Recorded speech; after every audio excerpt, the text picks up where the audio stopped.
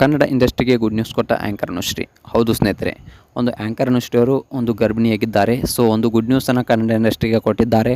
So ಆದಷ್ಟು ಬೇಗ ಒಂದು ಗುಡ್ ನ್ಯೂಸನ್ನು ಕೊಡಲಿದ್ದೇನೆ. ಸೊ ನಮ್ಮ ಮನೆಗೆ ಮಹಾರಾಜ ಬರಲಿದ್ದಾನೆ ಅಂತಕ್ಕಂಥ ಮಾತನ್ನು ಹೇಳಿದ್ದಾರಂತೆ. ಸೊ ಅಷ್ಟಕ್ಕೂ ಒಂದು ಈಗ ಹೇಗಿದ್ದಾರೆ, ಸೊ ಒಂದು ಗುಡ್ ನ್ಯೂಸನ್ನು ಯಾವಾಗ ಕೊಟ್ಟರು, ಇದೆಲ್ಲದ್ರ ಬಗ್ಗೆ ಸಂಪೂರ್ಣವಾದ ಮಾಹಿತಿಯನ್ನು ಈ ಒಂದು ವಿಡಿಯೋದಲ್ಲಿ ನಾನು ನಿಮಗೆ ತಿಳಿಸ್ಕೊಡ್ತೀನಿ. ಅದಕ್ಕೂ ಮೊದಲು ನೀವು ನಮ್ಮ ಚಾನಲ್ಗೆ ಹೊಸಬರಾಗಿದ್ದರೆ, ನೀವು ನಮ್ಮ ಚಾನಲ್ಗೆ ಸಬ್ಸ್ಕ್ರೈಬ್ ಮಾಡಿಲ್ಲ ಅಂದರೆ ಈ ಕೂಡಲೇ ಸಬ್ಸ್ಕ್ರೈಬ್ ಮಾಡಿ. ಹಾಗೆ ಒಂದು ಪಕ್ಕದಲ್ಲಿರೋ ಬೆಲ್ ಐಕನ್ನ ಪ್ರೆಸ್ ಮಾಡೋದ್ರ ಮೂಲಕ ನಮಗೆ ಸಪೋರ್ಟ್ ಮಾಡಿ. ಹಾಗಿದ್ರೆ ತಡ ಯಾಕೆ ಮಾಡೋದು, ಬನ್ನಿ ಸ್ನೇಹಿತರೆ ವಿಡಿಯೋನ ಸ್ಟಾರ್ಟ್ ಮಾಡೋಣ. ಇನ್ನು ಮೊಟ್ಟ ಮೊದಲನೇದಾಗಿ ನೋಡಬೇಕಪ್ಪ ಅಂತಂದರೆ, ಒಂದು ಆ್ಯಂಕರ್ ಅನುಶ್ರೀ ಅವರು ತುಂಬಾ ಒಂದು ಚೆನ್ನಾಗಿ ಜೀವನವನ್ನು ನಡೆಸ್ಕೊಂಡು ಹೋಗ್ತಾ ಇದ್ದಾರೆ ರೋಷನ್ ಅವರ ಜೊತೆ. ಸೊ ಫಸ್ಟ್ ಆಫ್ ಆಲ್ ಹೇಳಬೇಕಪ್ಪ ಅಂತಂದರೆ, ಆ್ಯಂಕರ್ ಅನುಶ್ರೀ ಅವರು ಯಾಕೆ ಮದುವೆ ಆಗಿಲ್ಲ, ಸೊ ಇಷ್ಟೊಂದು ವಯಸ್ಸಾಯಿತು ಅನ್ನೋದನ್ನು ಹಲವು ಜನರು ಕೇಳ್ತಾ ಇದ್ರು. ಸೊ ಆ್ಯಂಕರ್ ಅನುಶ್ರೀ ಅವರು ಆದಷ್ಟು ಬೇಗ ಮದುವೆ ಆಗಬೇಕು ಅನ್ನೋದು ಹಲವರ ಒಂದು ಅಭಿಪ್ರಾಯವಾಗಿತ್ತು.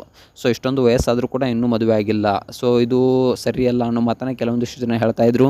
ಸೊ ಒಂದು ಆ್ಯಂಕರ್ ಅನುಶ್ರೀ ಅವರು ಒಂದು ಗುಡ್ ನ್ಯೂಸನ್ನು ಕೊಟ್ಟಿದ್ದಾರೆ.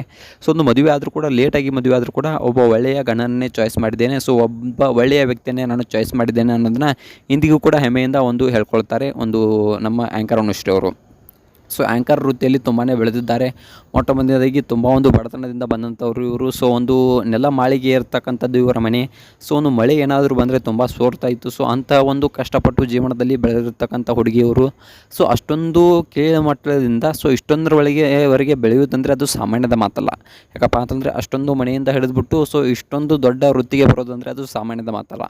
ಇಂದಿಗೂ ಕೂಡ ತಮ್ಮ ವೃತ್ತಿಯ ಬಗ್ಗೆ ಗೌರವವಿದೆ. ಸೊ ಇಂದಿಗೂ ಕೂಡ ಒಂದು ಆ್ಯಂಕರ್ ಅನುಶ್ರೀ ಅವರೇ ಸ್ವತಃ ತಾವೇ ಹೇಳ್ಕೊಳ್ತಾರೆ, ನಾನು ಯಾವುದೇ ಒಂದು ಆ್ಯಂಕರಿಂಗ್ ಬಂದರೂ ಸೊ ಅದನ್ನು ಬಿಟ್ಕೊಡೋದಿಲ್ಲ. ಯಾಕಪ್ಪ ಅಂತಂದರೆ ನಾನು ಜೀವನದಲ್ಲಿ ಬೆಳೆದಿದ್ದೇ ಇದರಿಂದ. ಸೊ ಒಂದು ಯಾವ ರೀತಿಯಾಗಿದ್ದೀನಿ, ಸೊ ಇದಕ್ಕೆಲ್ಲ ಕಾರಣ ಇದೇ ಒಂದು ಆ್ಯಂಕರಿಂಗ್ ವೃತ್ತಿ.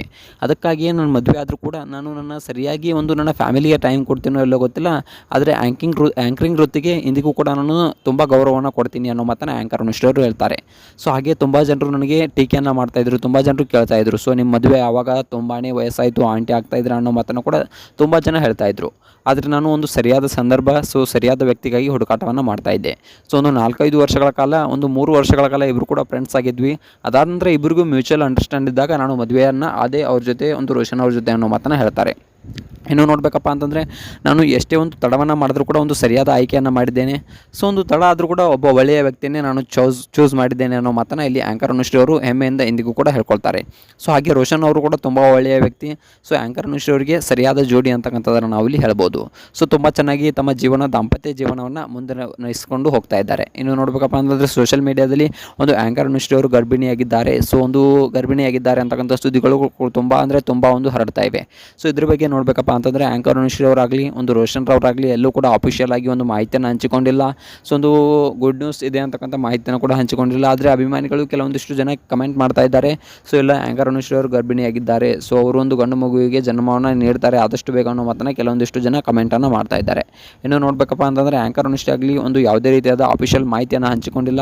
ಸೊ ಇದು ಒಂದು ಗುಟ್ಟಾಗಿ ಮಾಡ್ತಾ ಇದ್ದಾರೆ ಅಂತಕ್ಕಂಥ ಸುದ್ದಿಗಳು ಕೂಡ ಕೇಳಿ ಬರ್ತಾ ಇವೆ. ಸೊ ಆ್ಯಂಕರ್ ಅನುಶ್ರೀ ಅವರು ಒಂದು ಗರ್ಭಿಣಿಯಾಗಿದ್ದಾರೆ, ಇದನ್ನು ಗುಟ್ಟಾಗಿ ಇರ್ತಿದ್ದಾರೆ ಅಂತಕ್ಕಂಥ ಮಾತನ್ನು ಕೂಡ ಕೆಲವೊಂದಿಷ್ಟು ಜನ ಹೇಳ್ತಾ ಇದ್ದಾರೆ. ಸೊ ನೀವು ಕಾದು ನೋಡಬೇಕಾಗಿದೆ. ಇದ್ರ ಬಗ್ಗೆ ನಿಮ್ಗೆ ಏನಿಸುತ್ತೆ, ಇದೊಂದು ಫೇಕ್ ನ್ಯೂಸಾ ಅಥವಾ ರಿಯಲ್ ನ್ಯೂಸಾ, ಇದ್ರ ಬಗ್ಗೆ ನಿಮ್ಗೆ ಏನಿಸುತ್ತೆ ಅನ್ನೋದನ್ನ ಕಮೆಂಟ್ ಮಾಡಿ.